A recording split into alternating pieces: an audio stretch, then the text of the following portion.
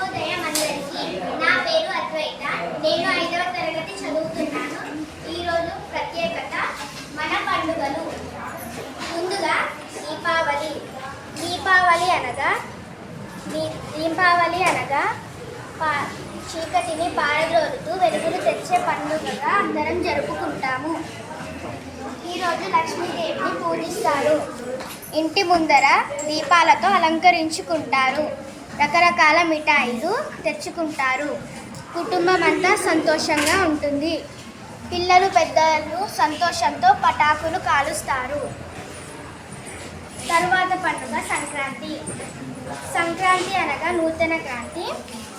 ఇంటి ముందట రంగురంగుల ముగ్గులు వేసుకుంటారు. సంక్రాంతిని 3 రోజులు జరుపుకుంటారు.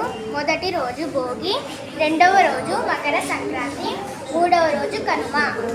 మొదటి రోజు భోగి మంట వేస్తారు. గంగిరెద్దుల ఆటలు ఆడుతారు.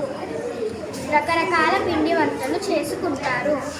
పిల్లలు పెద్దలు ఆనందంగా గాలిపటాలు ఎగురవేస్తారు. ధన్యవాదాలు.